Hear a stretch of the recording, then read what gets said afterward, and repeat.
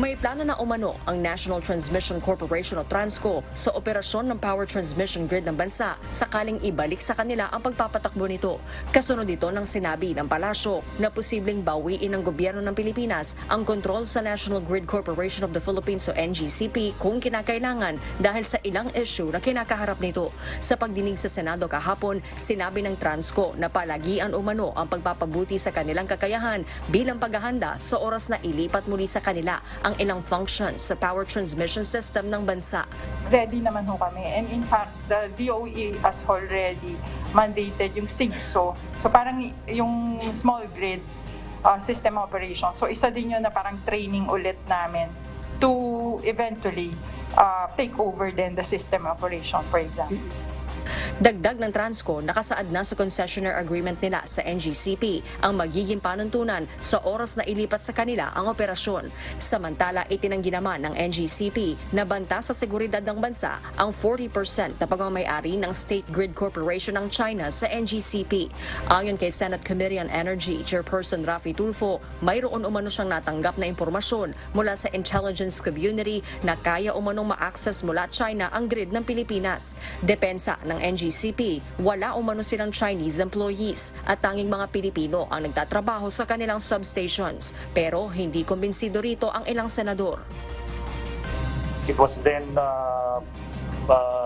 National Security Administrator Esperon who himself went to our head office as well as the regional offices to inspect with regard to the report at that time that there was a remote control that can be accessed by China. I'm not at liberty to disclose the findings. Pero hindi siya pumunta sa State Grid of China, right? Pumunta ba? Oh. So hindi niyo masasabi na wala silang remote access kasi ang pinuntahan lang, planta niyo, of course, lilinisin yung planta. And then yung naging result ng pag-visit nila, and mismo si General Esperon nagsabi, may vulnerability na ibig sabihin na possible na pwede tayong ma-access yung ating national grid na pwede tayong masabotahin. There's no such thing as 100% invulnerable cybersecurity system or system for that matter. Na-question din ang mabagal na usad ng ilang proyekto ng NGCP gaya ng pagkonekta sa Occidental Mindoro sa main grid.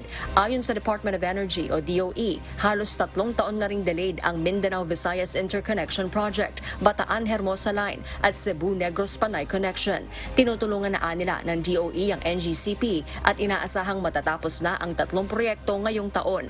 Aminado ang NGCP na nade-delay ang ilan sa kanilang proyekto dahil umano sa problema sa right-of-way. Nangyari kasi, binabarat nyo raw po. Siyempre, sino ba naman papayag may-ari ng lupa na ibibenta sa inyo at a lower market price? Parating sa akin na 95% ng kita po ng NGCP na pupunta po sa dividendo and only 5% ang nire-reinvest sa development. What the F? Actually, we don't have an exact figure on, we don't have that information. And if you don't have, can you provide us? Can you provide this committee? We will provide, Mr. Chairman. Isinusulong ngayon ng ilang senador na magkaroon na ng performance audit sa NGCP upang makita kung nagkaroon ito ng paglabag at kung napapanahon ng kansilahin ang prangkisa nito.